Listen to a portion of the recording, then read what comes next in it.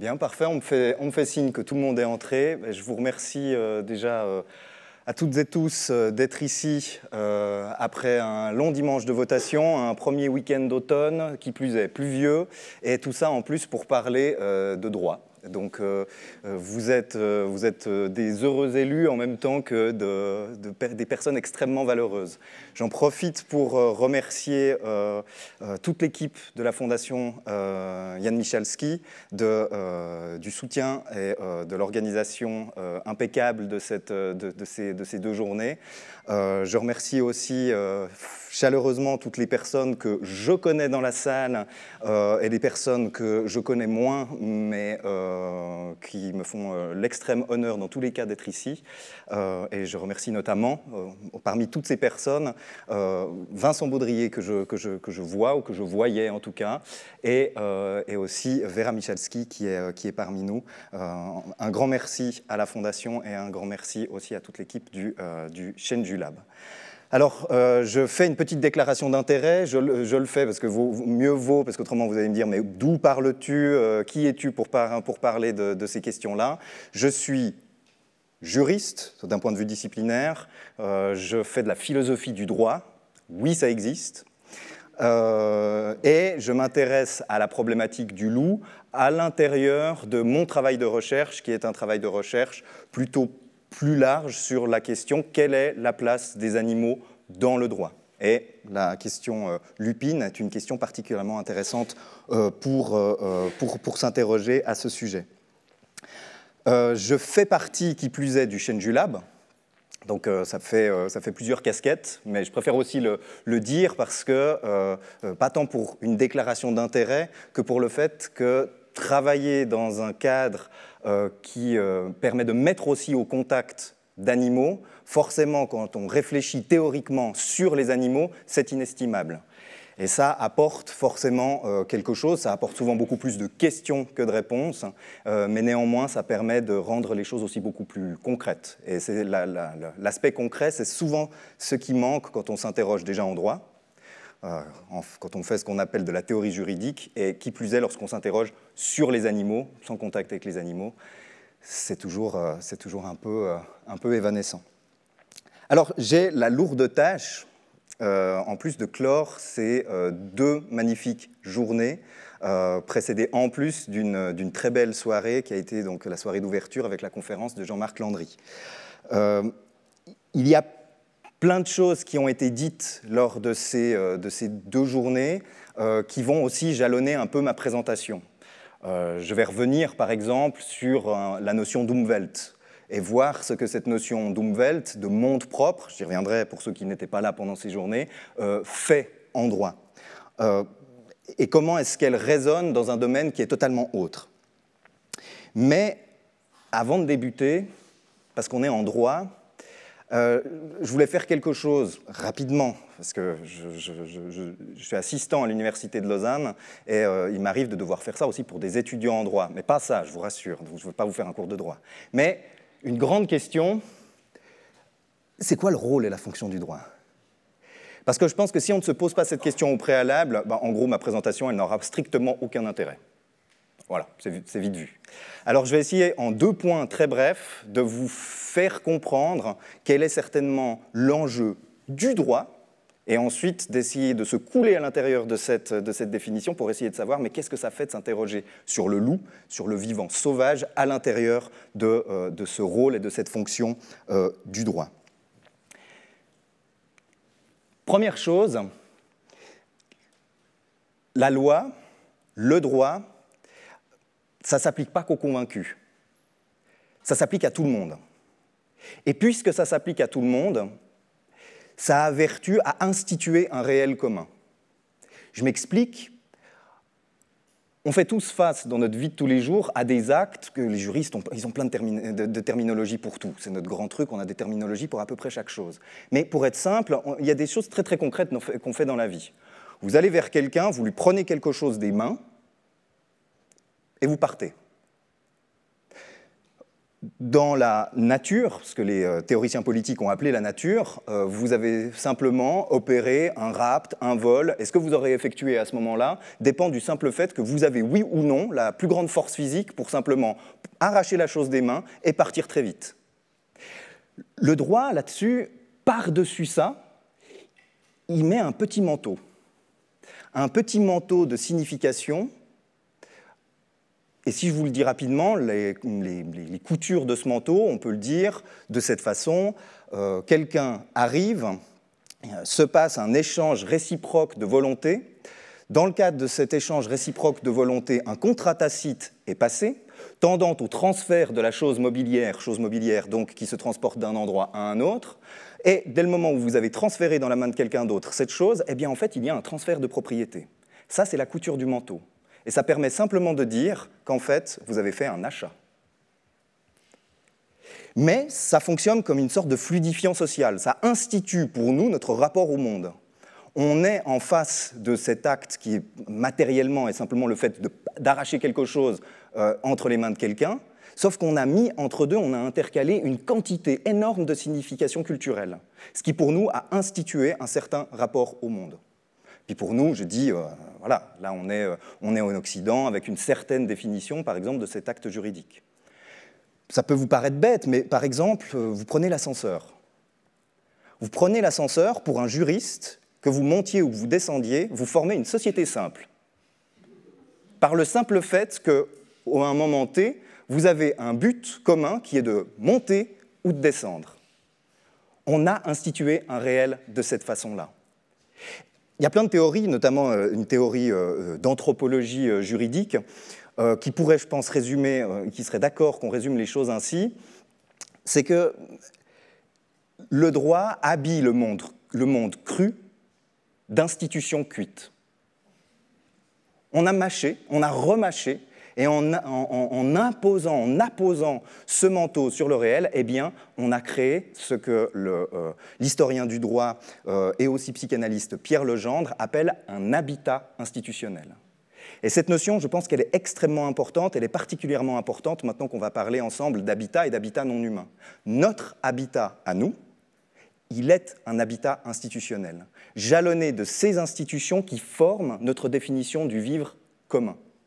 Et donc la question, c'est comment est-ce qu'à l'intérieur de cet habitat institutionnel, on intègre les habitats, les postures, les perspectives d'autres vivants. Et pour certains, tout simplement, la réponse est négative, ce n'est pas possible. Je vais tâcher de vous montrer que ça l'est, et que surtout, puisqu'aujourd'hui on se pose cette question, il est nécessaire d'en procéder d'une certaine manière. Donc ça, retenez cette idée de le droit comme un moyen de mettre des institutions cuites sur un monde qui avant relevait du cru. Second élément, le bruitage n'était pas voulu. Second élément, et là je regarde Anne Simon en affichant cette phrase, très très très important en droit, le contexte. Et le contexte dans un double sens. Dans un premier sens, au centre du droit, au centre du droit en Occident aujourd'hui, il n'y a que du texte. C'est une textualité complète de A à Z. Il y a des milliers de pages de loi, des milliers de pages d'ordonnances, des milliers de pages de jurisprudence, des milliers de pages de personnes qui ont parlé de tout ça et qui sont rémunérées pour faire tout ça, qu'on appelle des gens qui écrivent de la doctrine. Et en fait, faire du droit, c'est naviguer dans cette espèce de grande intertextualité. Premier élément. Deuxième élément, le contexte, il est important à un autre égard en droit. Ce qui est important en droit, ce n'est pas le texte. Si vous avez un litige, si vous avez un problème, l'enjeu, ce n'est pas de savoir où est écrite la solution, si tant est qu'il y en ait une. Votre but, c'est que le litige soit résolu. Votre but, mon but, notre but, face à la loi ou à n'importe quel texte juridique, c'est de savoir qu'est-ce qui relève du mien, qu'est-ce qui relève du tien, et comment est-ce que l'on va régler cette situation bien précise. Et donc, au centre du droit, il y a d'abord et avant tout le cas concret. Et c'est pour ça que cette phrase qui est tirée d'un très bel article, pas de flagornerie, mais un très bel article écrit par Anne Simon, qui s'intéresse justement, dans la revue Grief, 2018, si ça vous intéresse, qui s'intéresse au langage du droit. Et ce langage, il est extrêmement riche, mais il est aussi extrêmement appauvrissant à plein d'égards. On a tendance à utiliser le droit pour un peu parquer les choses dans des espaces, là je cite Jean-Christophe Bailly, de grands, des vastes espaces concepts. En gros, des termes qui ont perdu un petit peu leur saveur. Et quand on les utilise, mais qu'est-ce qu'on dit? Depuis 2020, 1er janvier 2020, on ne peut plus homogénéiser les poussins. Est-ce que ça vous dit quelque chose? Depuis le 1er janvier 2020, on ne peut juste plus broyer vivant les poussins mâles. Donc, le texte, il est au centre, mais il faut le débusquer. Et il faut aussi en débusquer le sens. Et donc, cette phrase « naviguer entre la définition et la pratique », c'est la définition que donne Anne Simon du droit. Naviguer entre la définition, le général, l'abstrait, le générique d'une loi, qui dit ce qui doit être, mais qui ne nous dit pas ce que ça en est pour nous, et la pratique, précisément ce qui doit en être pour nous lorsqu'on est en face d'une loi. Nous, ce qu'on a envie de savoir, c'est est-ce que ça règle mon cas précis, oui ou non. Et le terme de naviguer, il est important, très, très, très, très, très important. Pourquoi? Parce que naviguer, c'est accepter que ça flotte, par définition. C'est-à-dire qu'il faut accepter que quand on est en face, quand on est juriste, il faut accepter une chose, c'est que des fois, on n'a pas la réponse. C'est qu'une fois qu'on a peut-être trouvé le texte applicable ne nous dit encore rien. Ça flotte.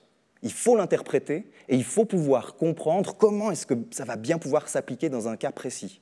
Et cette opération-là, ce n'est pas du tout une déduction logique. Il n'y a rien qui vous dit par A plus B que votre situation, ma situation, peut simplement se ranger comme ça sous un énoncé extrêmement général.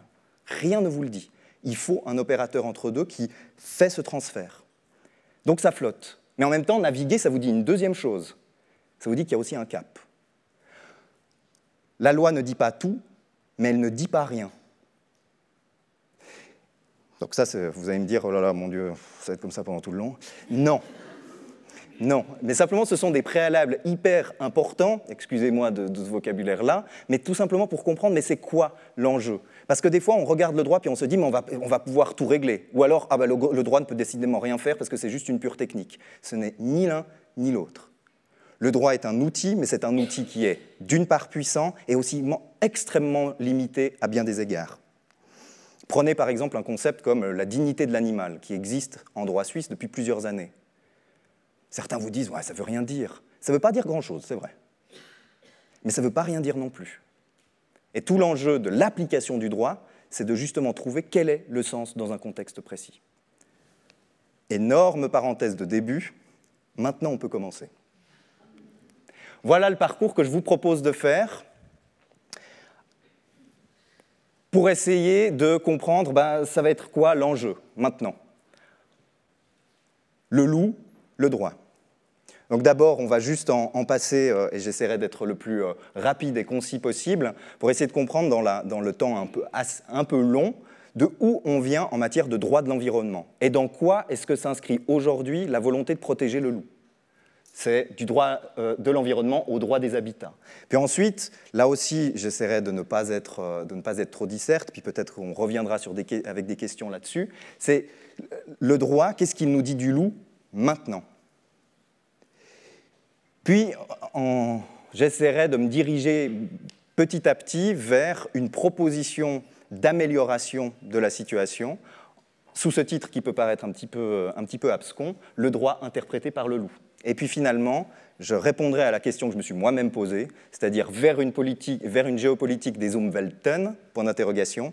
Eh bien, je tâcherai d'y répondre et de vous montrer qu'effectivement, il y a bien de la géopolitique là-dessous et qu'est-ce qu'il faut entendre par là.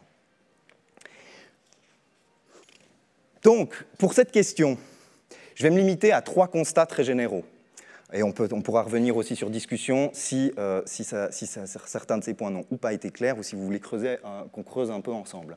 La première, c'est qu'il y a un avant et un après le droit de l'environnement. On n'a pas toujours parlé du droit de l'environnement. En fait, cette définition même du droit de l'environnement comme une sorte de champ d'application juridique et politique d'action publique, c'est très récent. C'est en gros le milieu du XXe siècle. Avant, on ne parle pas du droit de l'environnement.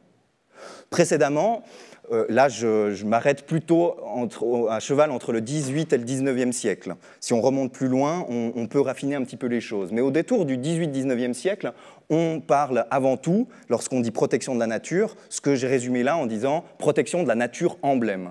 Qu'est-ce qu'on fait au 19e siècle? On protège les ressources parce qu'on a peur de ce qu'est en train de faire l'industrialisation.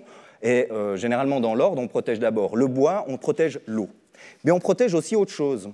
On protège les éléments emblématiques de la nature. Ce n'est pas pour rien que la loi sur la protection de la nature procède d'un mouvement qui, en Suisse, s'appelle le Heimatschutz, qui renvoie à la présentation d'Anne Simon. Le Heimat, c'est la patrie, c'est le foyer, mais qui est connoté d'une façon esthétique et patriotique. Et quand on protège la nature en Suisse notamment, mais partout ailleurs aussi, au XIXe siècle, c'est qu'on protège ce qu'on aime, ce qui finalement forme la colonne vertébrale de notre identité. Un seul exemple, 1914, si je ne dis pas de bêtises, 1914, c'est l'ouverture un des premiers parcs naturels en Europe, c'est le parc national suisse, dans les Grisons. Et ça procède d'une volonté de mise en avant d'un patrimoine naturel qui est en fait très très proche d'un patrimoine culturel et touristique. Même époque, on protège surtout le milieu ambiant, humain, et on le veut hygiénique. Alors, ça renvoie à toutes les tendances hygiénistes de la fin du XVIIIe siècle, mais je n'y reviens pas. Mais au courant du XIXe siècle, simplement, on veut se protéger contre les miasmes, on veut se protéger contre les pollutions, contre les trépidations, contre les ondes, les mauvaises odeurs. Et là, qu'est-ce qu'on protège? En fait, on protège le milieu ambiant, ce qu'on peut sentir, voir, toucher. Ce n'est pas très, très éloigné. Et c'est surtout toujours le milieu ambiant de l'humain. Puis les choses évoluent. Elles évoluent particulièrement dans la seconde moitié du XXe siècle. Là, on entre dans quelque chose d'un petit peu différent. C'est les grands raouts internationaux, c'est pour un juriste qui fait du droit international de l'environnement, c'est notamment la déclaration de Stockholm, qui forme le début de ce qu'on appelle aujourd'hui le droit international de l'environnement. Seconde moitié du XXe siècle, en fait, on invente l'environnement. On invente l'environnement global. Tout d'un coup, l'humanité se rend compte que son milieu ambiant, qui avant se limitait à ce qui puait à côté, en fait, c'est la biosphère. Ça participe de plein de choses très très compliquées, mais notamment du fait que c'est à la même époque que tout d'un coup, on voit la Terre, parce qu'on a voyagé sur la Lune. Tout d'un coup, la biosphère apparaît dans une image, elle peut tenir dans notre main. Et tout d'un coup, on se dit, et si ça, en fait, c'était notre milieu ambiant? Et si ça, on n'était pas en train de le saccager? Et donc, à ce moment-là, se met en place cette définition d'un environnement au singulier, parce que ça reste le milieu de l'homme, sauf que c'est le milieu de l'homme rendu à la Terre entière. Et on a toutes les déclarations internationales qui viennent nous le répéter. Je vous en cite juste celle qui convoque justement pour la déclaration de Stockholm, s'appelle la Conférence des Nations Unies sur l'environnement humain, au singulier, et environnement tout à fait global. On a une définition de la Commission de ce qui est l'ancêtre de l'Union européenne, qui donne cette définition de l'environnement: l'ensemble des éléments qui forment, dans la complexité de leurs relations, les cadres, les milieux et les conditions de l'homme et de la société. C'est très bien. Mais alors, on en est où aujourd'hui? Eh bien, aujourd'hui, on en est à un tournant, peut-être à un nouvel âge de la problématisation de qu'est-ce que c'est que le droit de l'environnement. Maintenant, on en est au droit des habitats. Je pense qu'on peut sentir le basculement dans la déclaration de Rio en 1992. Là, tout d'un coup, quelqu'un nous dit « La Terre, avec majuscule, foyer de l'humanité, constitue un tout marqué par l'interdépendance. » On peut se dire, il n'y a rien qui a changé. On dit simplement la Terre est le foyer de l'humanité, dont acte. Mais on dit foyer de l'humanité et on dit marqué par l'interdépendance. L'interdépendance entre quoi et quoi? Entre le foyer humain, dépendant des autres foyers. Et c'est l'apparition de cette notion d'habitat, de l'interdépendance avec des habitats qui sont des habitats d'autres vivants. Et on commence à se rendre compte, c'est là où le terme qui devient ensuite très vite à la mode de biodiversité apparaît, on se rend compte qu'on repose sur la biodiversité, qu'on est dans une coévolution complète avec la biodiversité, et qu'en fait, si on ne protège pas les milieux ambiants d'autres vivants, en fait, on est en train de se saccager nous-mêmes. Et donc, à cette période-là, émergent tout d'un coup des termes dans des conventions internationales très intéressants pour nous ce soir, des termes qui renvoient à des milieux habités. On parle de zones de nidification, on parle de lieux de reproduction, on parle de corridors écologiques. Et ça marque bien que tout d'un coup, l'espace qu'avant on appelait le droit de l'environnement, ça devient un lieu où on se demande, mais qu'est-ce que ça fait pour d'autres vivants d'y habiter?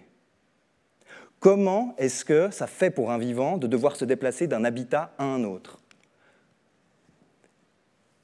Et alors là, je vous mets juste une image, hop, je vous mets juste une image là au-dessus. On le voit peut-être pas très bien, mais de ce qu'on appelle, non pas encore un corridor écologique, mais simplement une passerelle au-dessus d'une autoroute, une passerelle à faune. Et parce que simplement, il faut qu'il puisse bouger.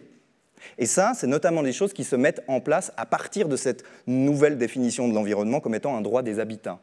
Alors, il faut savoir qu'en Suisse, par exemple, on a répertorié au niveau fédéral l'ensemble de ces corridors écologiques. Il faut savoir aussi qu'en Suisse, le dernier inventaire qui a été fait, qui date d'il y a quelques années, je crois 2020, quelque chose comme ça, dit bien qu'il n'y a à peu près qu'un tiers de ces corridors écologiques qui, en Suisse, sont véritablement utilisables pour la faune.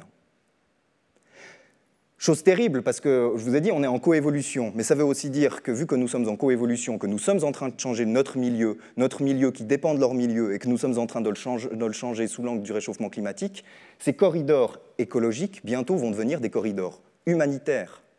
C'est-à-dire qu'eux aussi vont avoir besoin de bouger pour aller dans des zones où ils pourront survivre.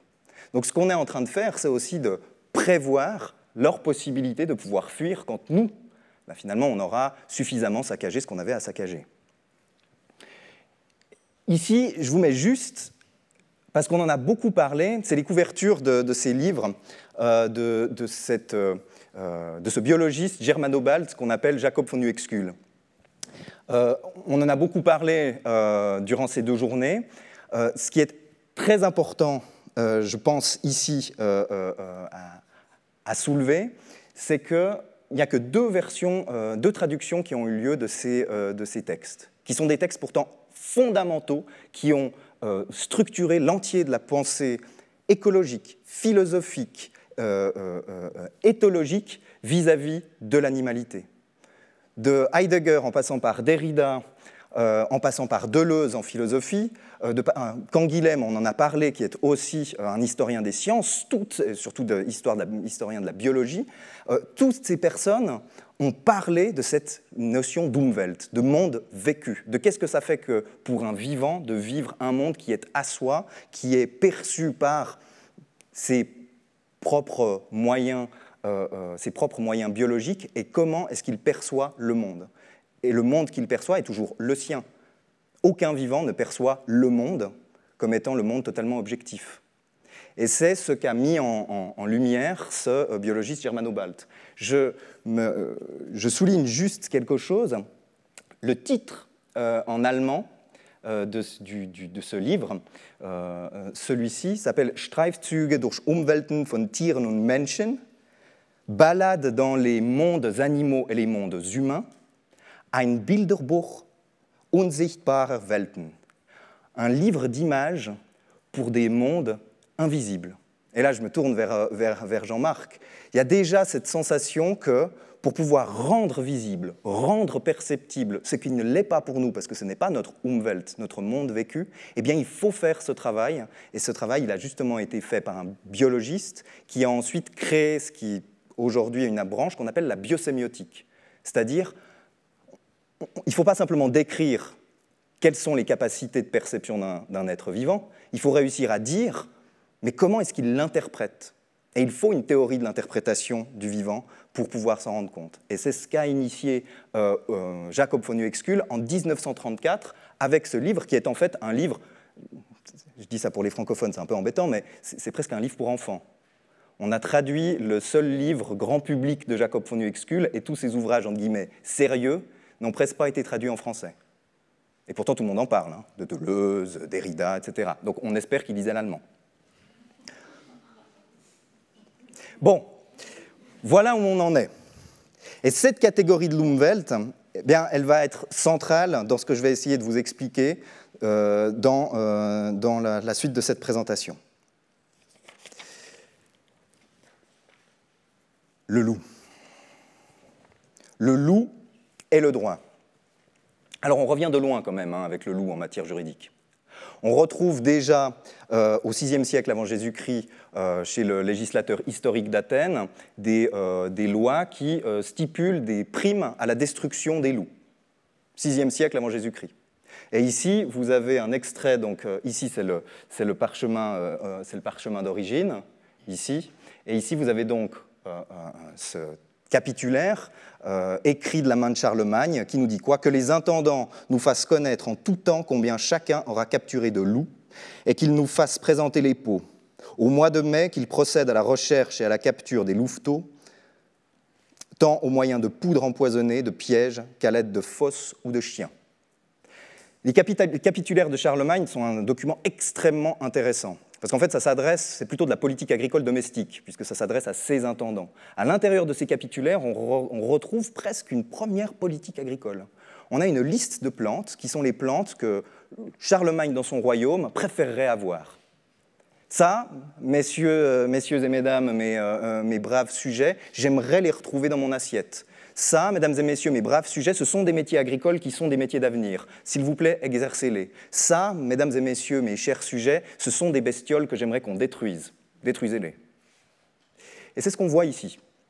Alors bon, ça a duré pendant longtemps, ça a tellement bien marché que, en gros, au début du XIXe siècle, Europe continentale de l'Ouest, il n'y a plus beaucoup de loups. Pour celles et ceux qui ont suivi la conférence de Jean-Marc Landry, vous l'avez bien compris. Et puis vient, après l'âge de la guerre, l'âge de l'armistice.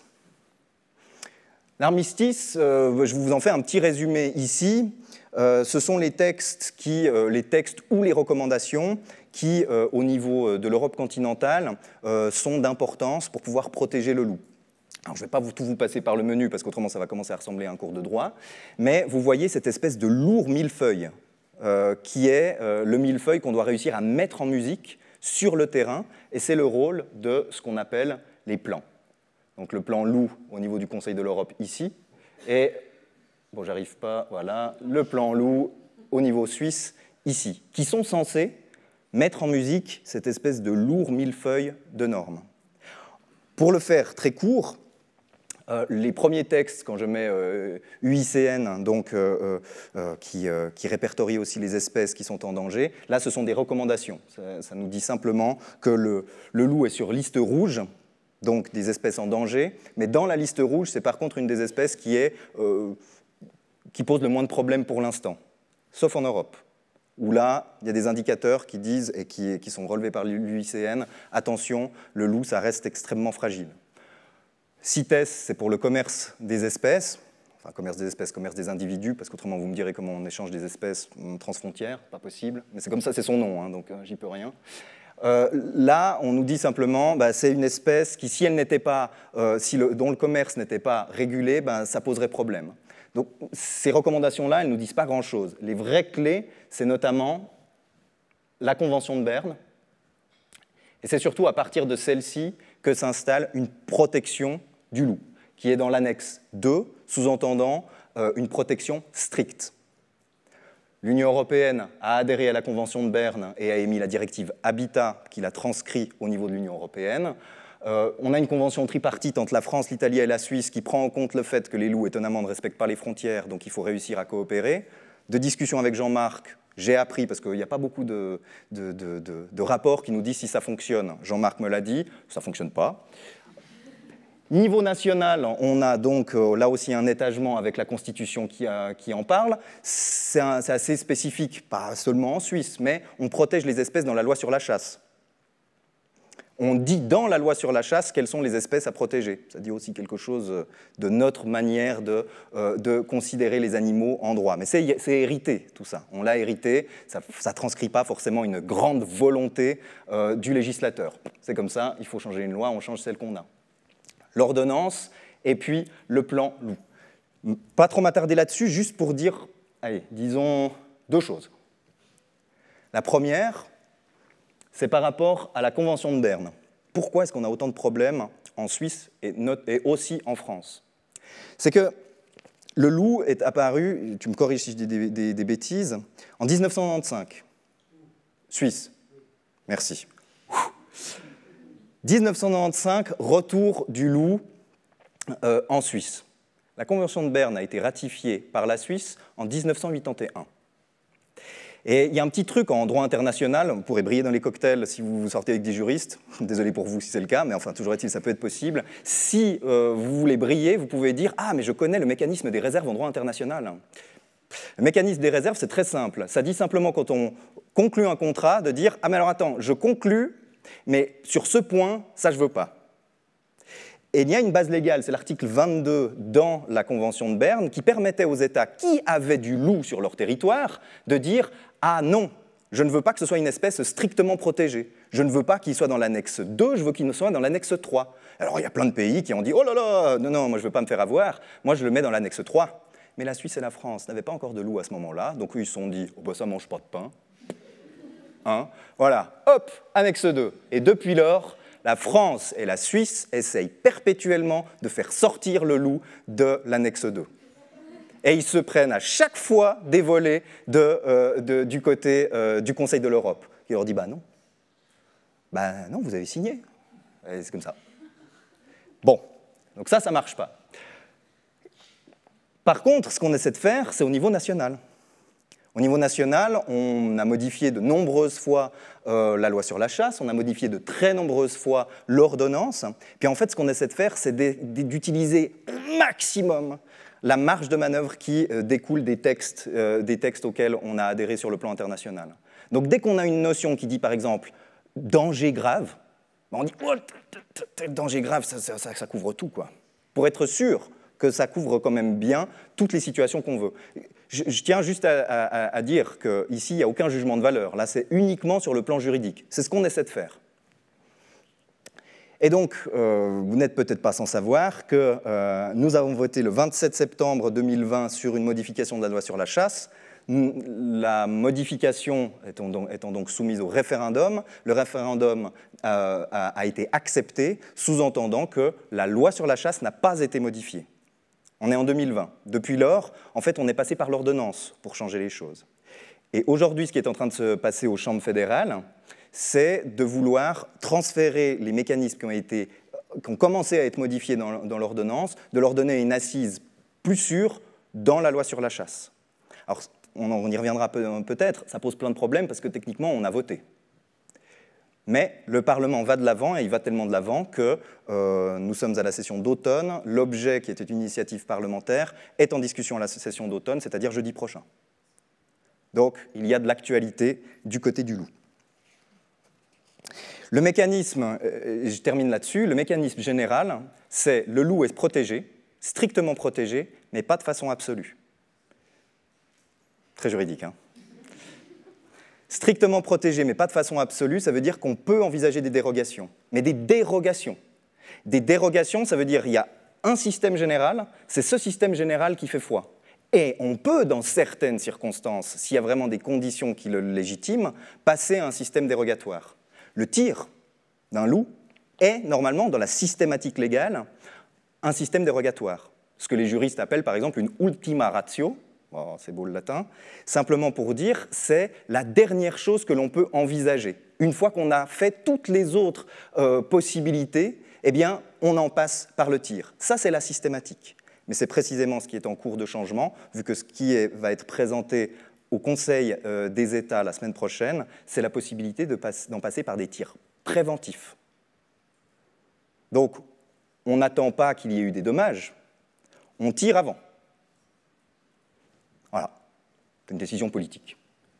À savoir si juridiquement c'est compatible avec la Convention de Berne, l'avenir nous le dira, la France l'a prévu, à mon humble avis ça ne l'est pas, mais mon avis étant humble et ne valant pas grand-chose. Voilà. Donc on en est là, c'est-à-dire pas à peu près nulle part, au niveau de la protection du loup. Donc qu'est-ce que je vous propose dans le relativement peu de temps qui me reste en fait? C'est dommage, parce qu'il y a encore plein de choses, c'est d'en passer par une interprétation que l'on peut dire biosémiotique. Ça veut dire quoi, ce mot un peu barbare? C'est ce que je vous ai dit tout à l'heure. L'enjeu, in fine, c'est quoi? L'Umweltrecht, c'est le droit de l'environnement. Ça veut dire que l'Umwelt qui est pris en compte dans le droit de l'environnement, c'est l'Umwelt de l'être humain. Si on veut faire un droit des habitats, il faut réussir à trouver les ponts, les moyens d'interpréter ce que peuvent être la protection des habitats dans la perspective des vivants qui sont concernés. Et ça, c'est le deuxième point que vous voyez ici. Ceci en fonction des destinataires de la norme. Lorsqu'on protège le loup,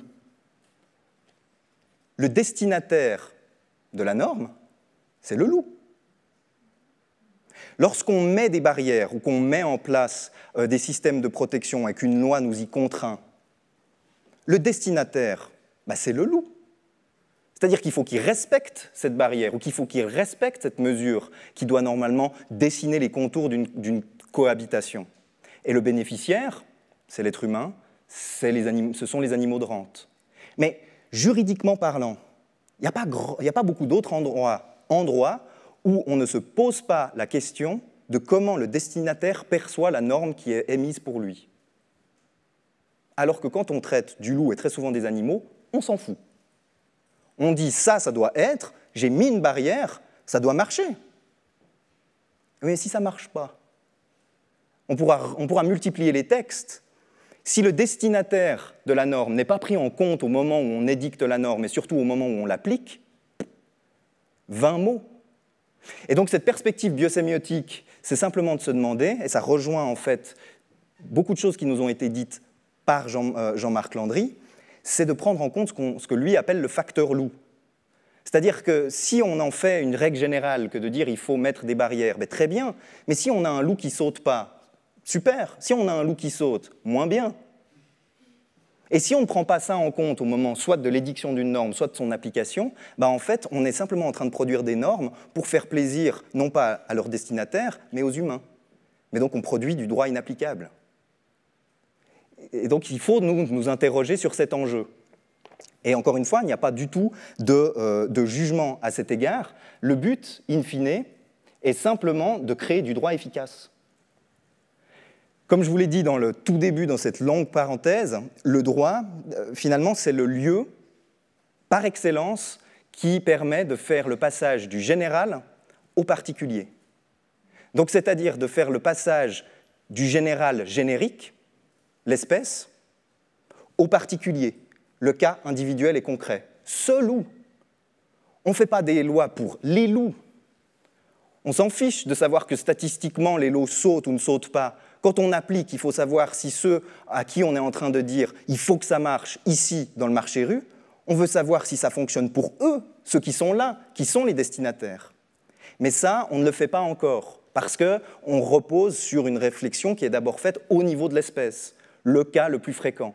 Mais c'est le rôle des autorités d'application, c'est le rôle des juges, que de pouvoir justement concrétiser en disant oui, ça c'est la règle générale et abstraite, mais il y a le cas concret, qu'on appelle, ça c'est un mot d'esprit, mais le cas d'espèce en droit. Donc, pour ne pas vous mélanger, mais enfin, voilà, la boucle est bouclée. Mais ce qui est intéressant, ce qui est important, et c'est ce qui nous a été dit, ce ne sont pas les loups, mais c'est le loup. Et comment est-ce qu'on prend ce facteur en compte ? J'aimerais juste vous lire maintenant, avec une feuille tremblante, du Jean-Marc Landry dans le texte. Il est plus facile d'éduquer un loup qui n'a jamais franchi une clôture qu'un individu expérimenté, qui a été récompensé plusieurs fois par la réussite de ses tentatives. Si la punition diminue la fréquence du comportement indésirable, la récompense l'augmente. C'est pourquoi, dans la mesure du possible, il faudrait s'assurer que les enclos soient impeccablement entretenus dans les zones de colonisation des loups.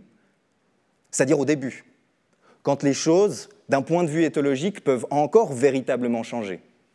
Et là, je vous mets juste ça, qui est un des auteurs qui a, fondé le droit pénal moderne. Rien que ça. Et ici, en fait, Beccaria ne dit pas grand-chose de différent de ce que vient de dire Jean-Marc Landry.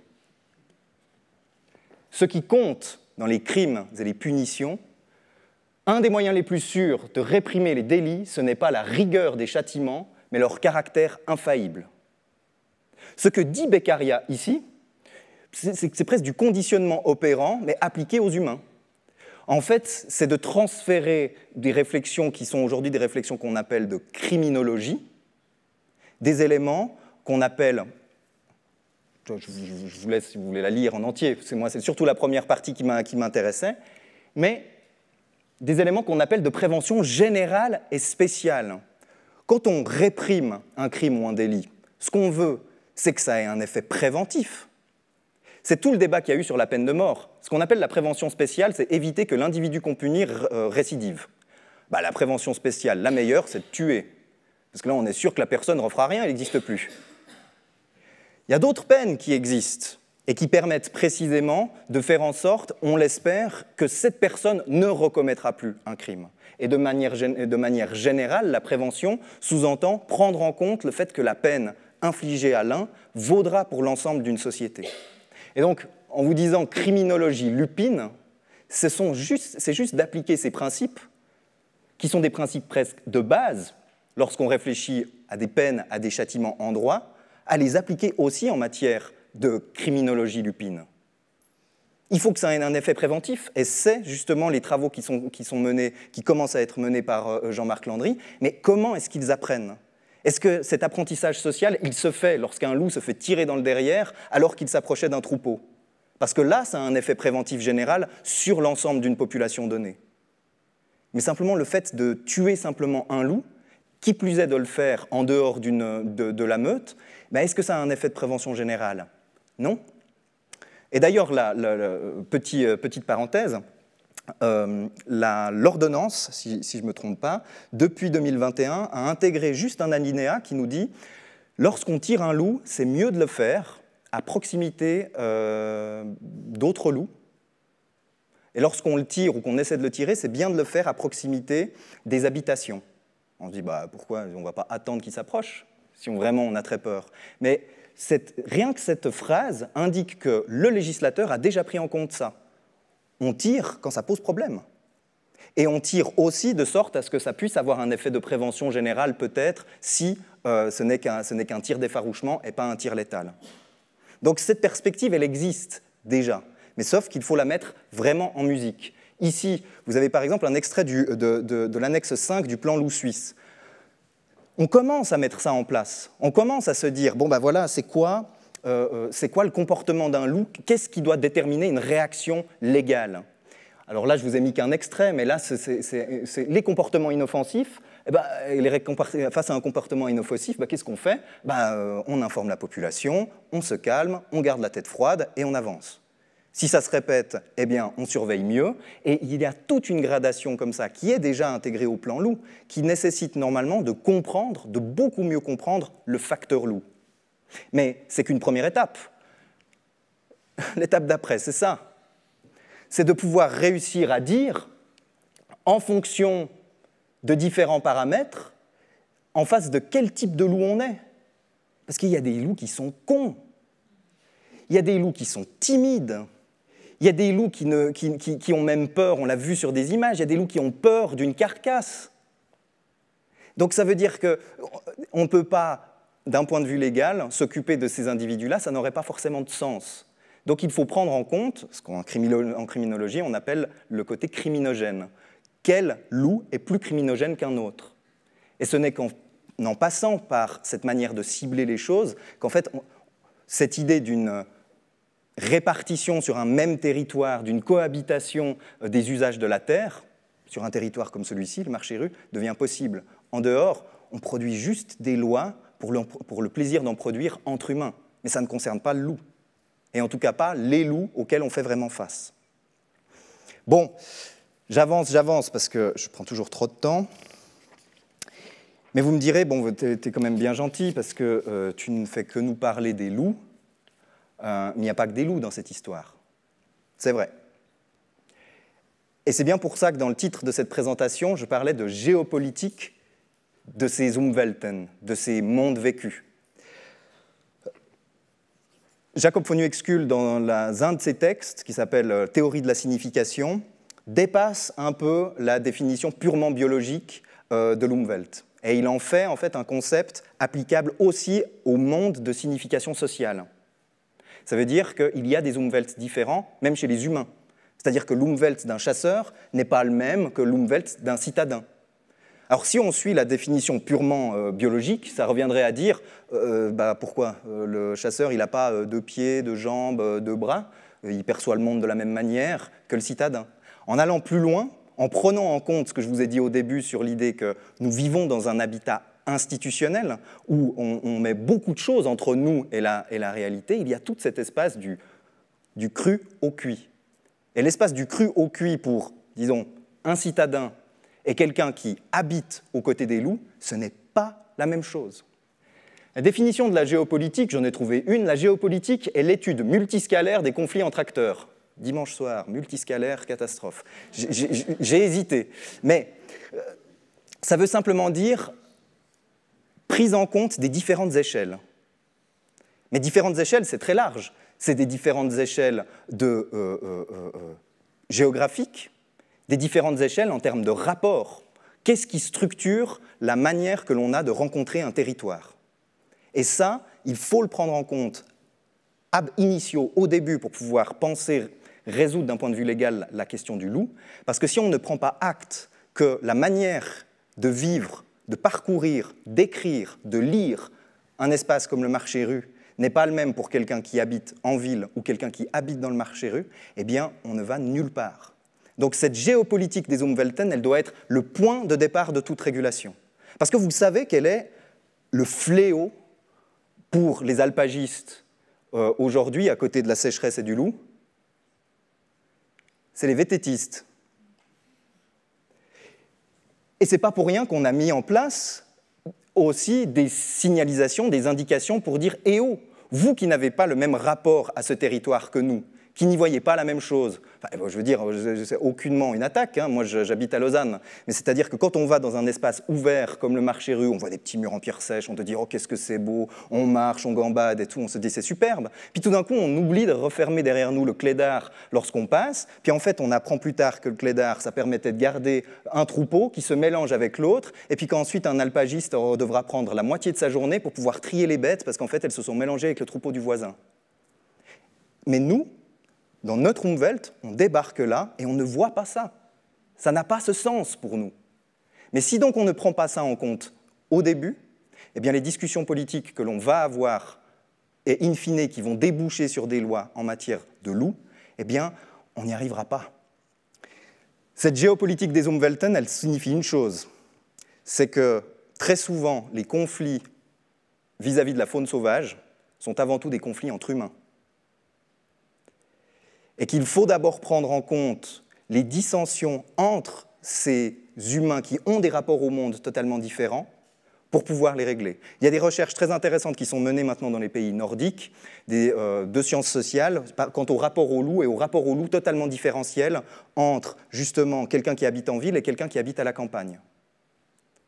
Et on voit qu'il y a tout un effet politique de se sentir délégitimé, renié dans son identité, bafoué dans ce qu'on fait comme travail, lorsqu'en fait une partie de la population dit oui au loup, et cette population qui a dit oui au loup, elle vient simplement le week-end. Et ça, politiquement, si on ne le prend pas en compte, le droit ne peut rien faire. Mais, et je vais terminer là-dessus, il y a une toute petite dose d'espoir, qui est assez aussi intéressante, je trouve, d'un point de vue historique, c'est que je vous ai parlé de Solon tout à l'heure, premier législateur historique d'Athènes, ville dont on fait découler la démocratie moderne, donc on est très orgueilleux en Occident de tout ça.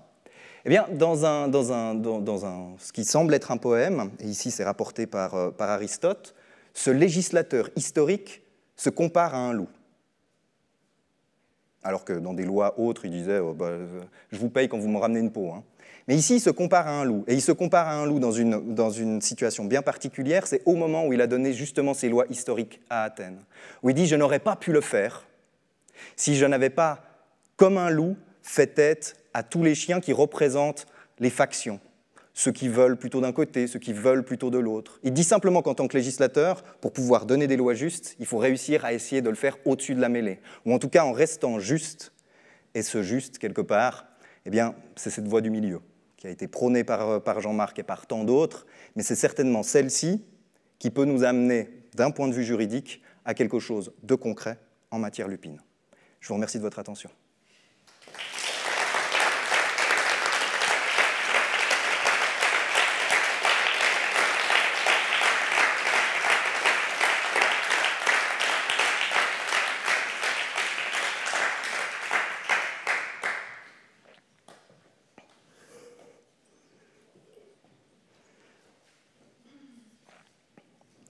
C'était trop long, hein? Et s'il y a des questions, n'hésitez pas. Passez le micro.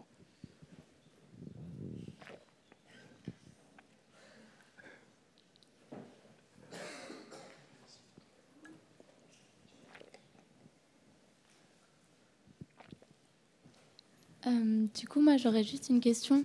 Si on doit prendre les différents points de vue pour créer les lois, est-ce qu'il faudrait qu'elles soient créées par des gens qui viennent de différents milieux et qui pourraient apporter leur vision des choses et les mettre en commun avec les gens qui proposent les lois?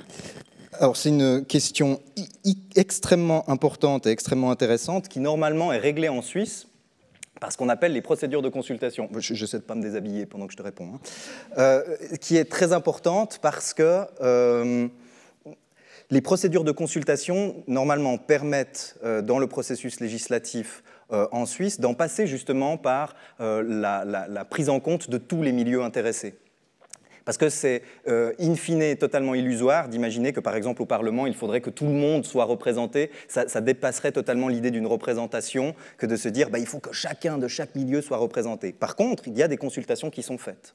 Là où ta question est particulièrement importante dans le cas présent, c'est qu'on a voté le 27 septembre 2020 en refusant la loi sur la chasse. Et la loi qui est en cours de modification maintenant, on nous a dit on ne fait pas de procédure de consultation. Ils ont le droit. Ils ont le droit parce qu'ils considèrent que, précisément, ça a déjà été fait lors de la première votation. Alors ça, il n'y a aucun problème jusque-là. Le seul problème, c'est que dans le même temps, ils disent « Ah, mais on peut revenir sur ce sujet parce que ce sur quoi on revient maintenant dans les débats qui vont avoir lieu en chambre la semaine prochaine, ce n'est pas quelque chose qu'il y avait dans la loi. » Alors ça veut dire que si ce n'était pas dans la loi, ça veut dire que vous n'en avez pas discuté en procédure de consultation. Ou alors si c'était dans la loi et que vous en avez discuté en procédure de consultation puis qu'on a déjà voté dessus, vous remettez le couvert. Donc ça pose, en tout cas en Suisse, un vrai problème démocratique, je pense. Enfin, un problème. À tout le monde, une question. Plus généralement, est-ce qu'il faudrait que, par exemple, les autorités d'application ou ceux qui sont amenés à se poser des questions sur la relation au monde vivant soient éveillés à ces questions-là? Question difficile, parce que, d'un côté, une autorité d'application, elle doit pouvoir rester généraliste. Mais ce qui est sûr, c'est que on se méprend des fois sur l'idée que le transformateur par une autorité d'application ou par un juge est totalement neutre. C'est pas neutre, puis c'est très bien comme ça. Il y a un être humain entre deux qui va effectivement décider si oui ou non, ou un groupe d'êtres humains qui vont décider si oui ou non c'est légitime de tirer, si oui ou non la décision de tir a été donnée en toute légitimité. Et donc à ce moment-là, la perception des gens qui ont à décider est extrêmement importante. Donc c'est pour ça que c'est plus de l'ordre de la sensibilisation, et notamment de la sensibilisation au travers de ces éléments-là. C'est-à-dire que plus on multiplie ce genre de textes qui sont quelque part des aides à la décision, mais qui ont une portée quand même juridique, si l'on veut, c'est des sortes de directives administratives, pour parler très techniquement, eh bien, ça a quand même une valeur de prise en compte dans l'ensemble. C'est-à-dire, on ne vous demande pas d'être un spécialiste, on vous demande au moins de vous référer à la gradation qui a un sens d'un point de vue éthologique. Et ça, ce serait déjà un bon point de départ.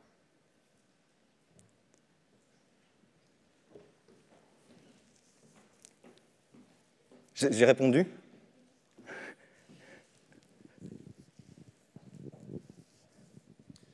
Merci, mon cher Brian, c'était passionnant, vraiment. Moi, j'ai deux questions. Ma première, c'était, est-ce que du coup, ça a toujours du sens d'avoir du droit pour un destinataire? C'est-à-dire que quand je t'entends, je me dis que le problème, c'est aussi qu'il y a un destinataire et que c'est un droit individualisé.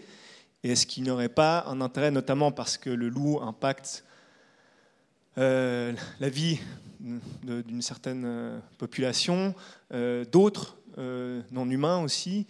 Est-ce que tu peux nous dire un petit peu sur est-ce que le droit des relations, des interrelations existe, et si oui, sous quelle forme, et comment est-ce qu'il pourrait s'appliquer dans ce cas? Le droit des interrelations, c'est compliqué parce que nos systèmes juridiques sont aussi constitués sur... ce n'est, disons, qu'au stade de la concrétisation d'une norme que tout d'un coup, ces interrelations, elles prennent vraiment sens. Parce qu'en amont, on est dans un texte tout à fait général. Et donc, voilà, on applique ça à une situation, mais qui n'a pas d'odeur, pas de tonalité, pas de concret. Puis après, comment prendre en compte ces relations? Ça dépend quand même de ce que permet de faire le droit à une tradition juridique. Et là, ce que je propose en disant il faut prendre en compte le facteur loup, ça ne veut pas dire individualiser au sens de il faudrait donner des droits, par exemple. Parce qu'on pourrait se dire, tiens, il faudrait en passer par ça, c'est qu'il faudrait pouvoir dire le loup a des droits. Et donc, le juge est là pour sous-peser les droits du loup face aux droits de la brebis ou face aux droits de quiconque voudrait le tuer. Ça, c'est très compliqué et finalement, précisément, ça ferait entrer les animaux dans notre manière très particulière, vraiment particule face à une autre particule, de considérer les relations. Je pense qu'il y a quelque chose de plus, qui relève plus de l'ordre, justement, de la compréhension du fait qu'il y a un ensemble d'interrelations, le fait de devoir le faire avec cette approche biosémiotique, c'est-à-dire, là, maintenant, il y a une situation concrète qui se pose devant moi, et comment est-ce que je peux valider la décision que je vais prendre d'un point de vue juridique à partir de ce que des données éthologiques me permettent de valider, en me mettant dans cette posture. Après, ça change. Par exemple, le plan loup, ici, c'est uniquement pour ce qu'on appelle les loups téméraires. Donc, c'est-à-dire quand ils s'approchent trop près des êtres humains. Après, cette application-là, ce serait même pour pouvoir faire de la prévention. C'est-à-dire, on sait qu'il y a un loup qui est peut-être plus criminogène. Donc, c'est-à-dire, on va peut-être essayer d'intervenir d'une manière ou d'une autre, juridiquement, avant que ça pète.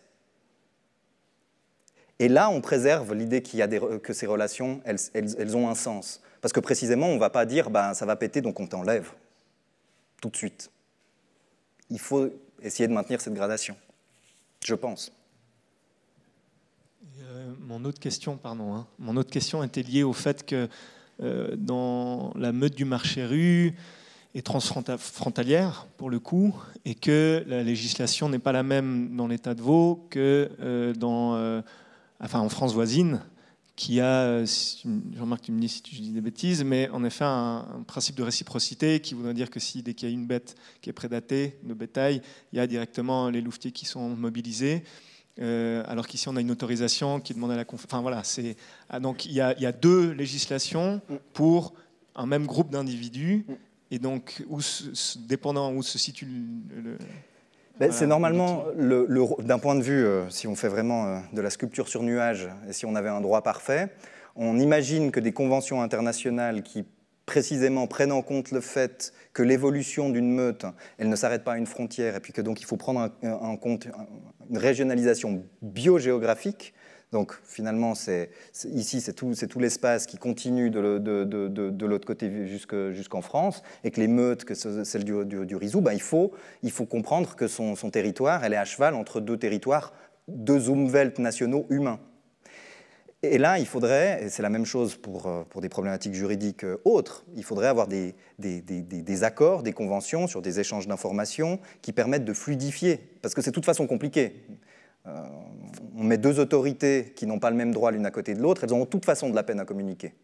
c'est pour ça qu'on fluidifie normalement ces échanges par des accords, souvent horizontaux, entre des autres autorités qui permettent de fluidifier, par exemple, l'information. À ma connaissance, ça n'existe pas avec la France. Pour ce qui est de la région, Jura, Marché-Rue, etc. Ce que je veux dire, c'est que du coup, il y a échange d'informations, mais est-ce qu'on peut aboutir à une norme commune ? Là, le juriste assez froid te dira non. Non. Parce que là aussi, il faut prendre en compte le fait que le rapport n'est pas le même. Je veux dire, c'est quelque chose de très très fort de se dire qu'en France, justement, cette réciprocité, tout d'un coup, on a appelé les louvetiers, la brigade de louveterie. C'est-à-dire que, je ne sais pas si vous avez vu récemment ou si vous avez vu le film sur la bête du Gévaudan. À un moment donné, ce sont des personnes qui sont envoyées par le roi, qui ont une aura invraisemblable, et puis qui sont là pour mettre à mort. Mais c'est-à-dire que les brigades de louvetiers, là je parle aussi sur le contrôle de Jean-Marc, ils sont directement envoyés, il me semble, c'est depuis Paris. Donc c'est aussi une manière de centraliser quelque part l'approche du loup. Alors que chez nous, on essaye de répondre à ce qui est une recommandation de la Convention de Berne, qui est de dire, pour les prises de décision relatives au tir, il ne faut pas que ce soit régionalisé. C'est pour ça qu'un des gros enjeux de la votation, ça a été de dire, est-ce qu'il faut garder cette idée d'assentiment de l'Office fédéral de l'environnement ? Parce que si on enlève cet assentiment d'une autorité qui est justement un peu en dehors de cet émotionnel, ben en fait, on n'arrive plus à pondérer l'idée d'un bien commun, ce que je vous ai dit au tout début, la loi ne règle pas que les cas pour les convaincus, et le fait que sur un territoire bien donné, ben on aura envie de tirer. Et c'est souvent ce qu'on essaye de faire sauter, cette idée qu'il y a une autorité nationale qui doit décider. En France, effectivement, ça va beaucoup plus vite. Ouais, tu voulais me corriger et me dire que j'avais tort. Oui, juste, non, mais c'est juste un petit détail. En fait, en France, il y a deux particularités en France. C'est qu'il y a bien sûr les louvetiers qui sont envoyés par le préfet, donc l'autorité nationale au niveau du département. Mais la France a aussi créé une brigade loup, c'est-à-dire une brigade spécialisée pour aller tuer des loups. Et ça, c'est une particularité. Puis je voulais juste profiter que j'ai la parole pour avoir un peu ton idée là-dessus. Ce qui m'a toujours surpris avec la France, c'est que le loup est une espèce strictement protégée par la Convention de Berne et la directive Habitat, mais c'est une des seules espèces en France que tu peux tirer toute l'année. Tu peux tirer des femelles allaitantes, tu peux tirer des louveteaux, tu peux tirer les parents, tu peux faire ce que tu veux. Une espèce comme le sanglier qui pose problème pour les paysans, en fait, a une période de protection. Et je voulais quand même avoir ton avis là-dessus, parce que moi, ça me surprend, ça me choque qu'il n'y ait qu'une espèce qui est protégée par toutes ces conventions n'ait pas de période de protection sur l'année. Ouais. Alors, je ne connais pas très bien les mécanismes sous l'angle de la directive Habitat de recours. Mais je pense qu'une des choses, c'est que à d'autres endroits, et j'ai connaissance de cas plutôt en Europe du Nord, où il y a eu des recours qui sont montés très haut, pour justement faire valider ou non une ordonnance de tir. À ma connaissance, ça ne remonte pas systématiquement en France. Donc ça veut dire que dans l'attente d'une décision supérieure qui viendrait dire « Eh oh, vous faites n'importe quoi par rapport à la directive Habitat et à la Convention de Berne », la France a un peu les coups des franches. Et ce n'est pas pour rien aussi qu'à côté, ben, la Suisse, on se dit « Bon, ben, la France peut faire ça, on peut quand même bien tirer préventivement, quoi ». Donc pour l'instant, c'est un peu la course à l'échalote. Voilà. Pas de meilleure réponse parce que pour l'instant, c'est qu'une histoire de recours. La France a raison tant qu'on ne lui a pas donné tort, d'un point de vue juridique. Là, la France, juste pour terminer, paye des amendes en fait, parce que c'est plus simple de payer une amende que de changer le système.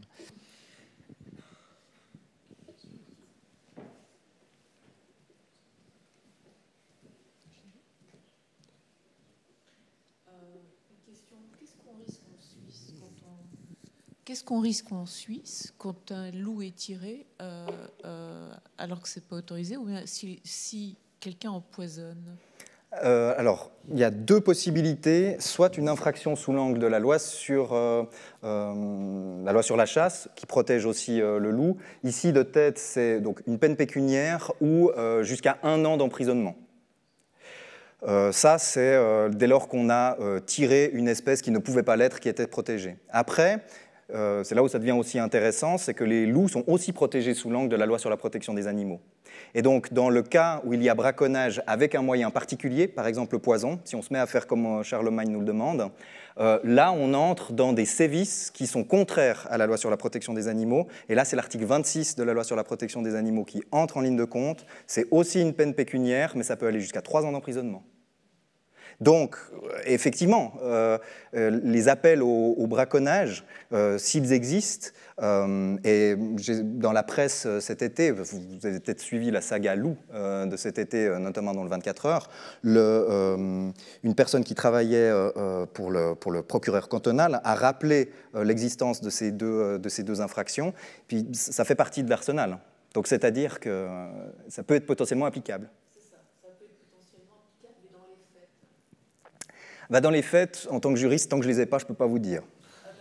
Mais en étant un peu moins juriste, tout dépend des moyens de preuve. Et forcément, c'est l'enjeu. Donc, un des grands enjeux, c'est par exemple sur une dépouille, de pouvoir faire les analyses ADN, mais pouvoir faire aussi des analyses toxicologiques pour savoir de quoi est mort ce loup. Donc, j'imagine bien que s'il y a une mort suspecte parce qu'elle ne provient pas d'un décrochage patent ou du fait que ce loup a été tiré suite à une ordonnance de tir qui a été donnée de façon légitime, etc., eh bien, j'ose espérer que des analyses seront faites. Mais dans le j'ose espérer, il y a plein de choses. En Valais, par exemple, il est arrivé à ma connaissance que le canton ayant une régale de chasse considère que même le loup mort lui appartenait, et donc puisque le loup mort lui appartenait, le canton pouvait refuser de livrer la dépouille pour des analyses. Mais qu'on s'entende, c'est des choses qui peuvent arriver, ça n'en fait pas une règle générale, mais ça veut dire que, encore une fois, le droit ne dit pas tout, et c'est une question aussi de vigilance citoyenne, et j'insiste sur cette idée que ça institue un monde commun. Et la question, c'est nous, entre humains, qu'est-ce qu'on veut pouvoir instituer comme monde commun avec ces animaux, et aussi entre nous. Donc, en aucun cas, il faudrait comprendre ce que je dis comme une manière aussi de rejeter la faute sur les autres. Parce qu'il faut aussi comprendre peut-être l'enjeu qu'il y a derrière. C'est de dire on n'a pas envie qu'on vienne nous dire ce qu'on doit faire avec ces animaux qui sont chez nous et qui attaquent chez nous. Voilà. Il faut aussi avoir ça, je pense, avoir ça à l'esprit.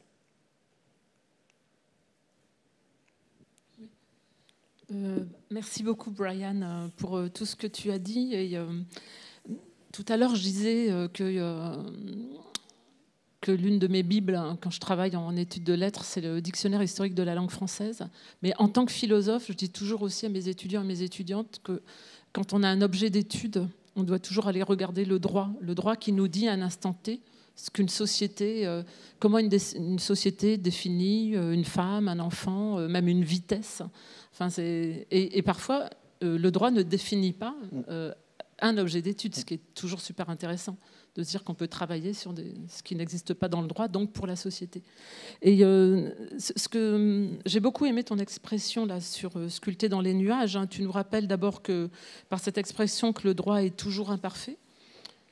Le droit est imparfait tout simplement parce que c'est comme les études de lettres et la philosophie, c'est une interprétation. C'est-à-dire que tu as vraiment mis l'accent sur le juge, le médiateur, etc. Le droit existe, et puis ce qui existe dans le réel, ce sont toujours des cas singuliers. Et donc, ce qui m'intéresse finalement, c'est cette interdisciplinarité entre philo, littérature ou études de lettres et droit. Parce que la littérature, c'est vraiment un art du singulier. Par exemple, dans Un roi sans divertissement, Langlois est chef des louvetiers. et il vient parce qu'il doit faire une battue au loup, tuer le loup, etc. Mais Langlois s'identifie au loup, donc voilà, ça vient complexifier les choses. Pareil, on a tout un pan de la littérature actuelle qui nous rappelle que les nomenclatures agro-industrielles de l'élevage industriel sont des mensonges linguistiques, et que quand on dit codectomie, c'est Olivia Rosenthal qui le précise dans Que font les reines après Noël, ou Isabelle Sorante dans 180 jours, quand on dit codectomie, où en fait c'est juste qu'on coupe la queue d'un porcelet à vif, quand on dit soin au porcelet, c'est ça qu'on est en train de faire, qu'on appelle un local maternité, quand c'est une horreur pour les truies, évidemment. Et donc, je trouve que voilà, il y a cette idée que la littérature, les études de lettres, la philo et le droit se meuvent dans un univers très particulier qu'est l'univers du langage. Et ce que tu rappelles, c'est que le langage, c'est la vie, c'est vital, quoi, et que c'est politique. Donc voilà, c'était pas une question, c'était juste rappeler ça. Voilà. Et dans ta liste de philosophes, tu peux mettre aussi Merleau-Ponty. Oui, bien sûr. Je note.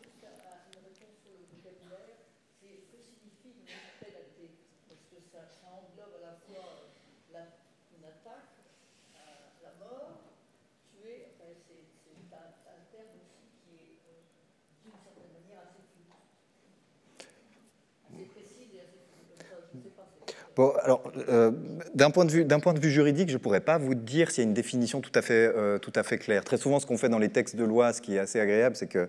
Agréable, je ne sais pas si on peut dire ça agréable. Enfin, vous avez au départ le but d'une législation et puis très souvent à l'article 2 ou 3, une liste des définitions. Et je ne suis pas sûr, mais il faudrait que je vérifie si le terme prédaté ou déprédaté existe dans l'ordonnance ou la loi sur la chasse, mais je ne crois pas. Donc je renvoie par contre à Jean-Marc, parce que lui utilise cette distinction qui est assez intéressante entre prédaté et déprédaté en fonction des proies qui sont en cause, mais il en parlera certainement mieux que moi. Non ? Ah d'accord. De fait, il ne peut pas.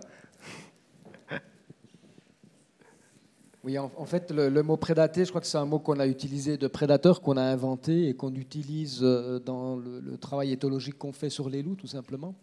Et puis, il existe le terme déprédateur, déprédation. Donc, c'est pour distinguer, en fait, des attaques sur le bétail, donc où il y a un propriétaire derrière, et puis sur le gibier.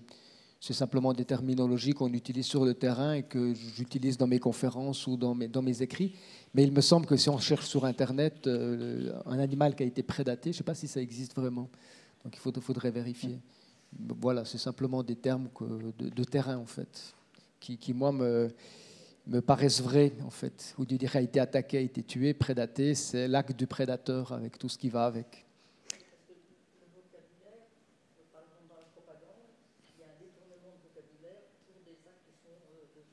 Ouais.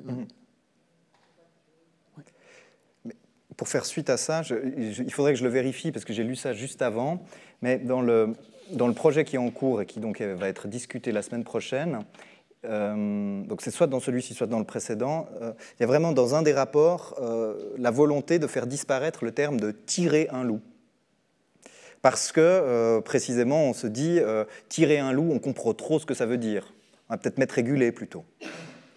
Réguler un loup, on le remet juste dans le droit chemin, quitte à le faire disparaître. Alors que tirer un loup, on comprend tout de suite. Et alors, je ne dis pas qu'il y a une volonté maligne derrière, néanmoins, il y a une volonté de polisser le langage, comme si polisser le langage faisait une meilleure police juridique.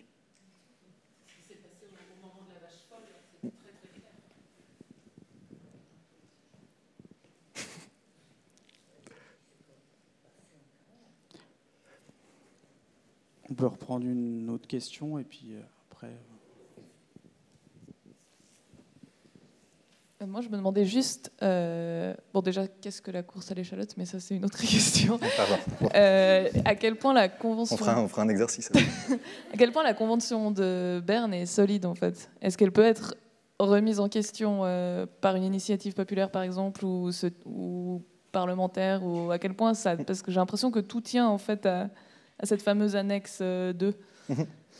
Alors, Point 1, la course à l'échalote, c'est simplement se pousser de l'épaule, et puis c'est un peu la montée en armes.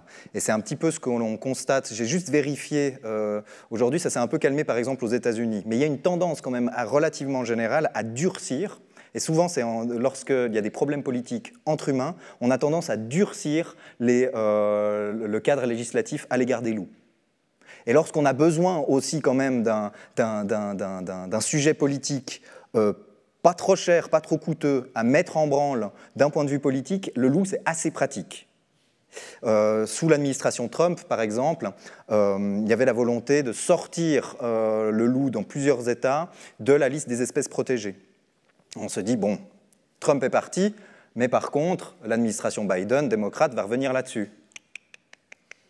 L'administration Biden persiste et signe. Et c'est un tribunal de Californie, parce que c'est comme ça aux États-Unis, donc un tribunal de Californie a pu mettre le holà là-dessus. Mais par contre, devant les autres cours, l'administration Biden représentée a continué à revendiquer la politique mise en place par l'administration Trump. Donc ça veut dire que ça pose de lourdes questions sur quel est le type de rapport que l'on veut avec ces animaux, et aussi particulièrement qu'est-ce qui nous médiatise. On peut tout à fait imaginer que, finalement, vu qu'un parti comme le Parti démocrate n'est pas forcément sociologiquement, dans ses bases, extrêmement bien reconnu dans les populations qui sont néanmoins bien prises en compte par les supporters du Parti républicain, ça évite de les mettre encore plus en rogne. Donc ça ne mange pas de pain que de continuer à vouloir tirer du loup. Donc, finalement, il écope d'une politique entre humains. Pour ce qui est de la convention, je vous montre, mais ça n'a rien à voir. Pour ce qui est de la bon, de toute façon, c'est une ligne. Pour ce qui est de la convention de Berne, là aussi, il y a des discussions sont toujours en cours, et je me suis laissé dire et entendre, puisque aussi Jean-Marc Landry a été auditionné, s'il me semble, ou en tout cas que tu as eu des discussions du côté du Conseil de l'Europe, parce qu'en fait, il va y avoir une réunion de ce qu'on appelle le comité des partis. Et il y a des choses qui vont être discutées à ce moment-là. Et d'ailleurs, c'est ce mois-ci. Donc, rien n'est inamovible en droit. Donc, il faut juste être très clair. C'est possible, à un moment donné, de dire « Non, on arrête. Le loup, on ne le protège plus et on l'extermine. » D'accord, mais ça veut dire qu'il faut revenir en entier sur l'évolution du droit de l'environnement tel que je vous l'ai présenté. Et ce n'est pas une question de 1979, Convention de Berne, c'est une question d'une tendance générale dans ce qu'on veut protéger, et ceci depuis, au bas mot, 1 siècle et demi. Mais on peut.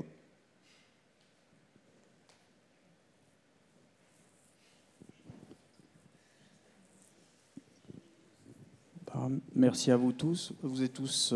merci Brian aussi. Merci beaucoup de votre attention, de votre courage et de votre résilience.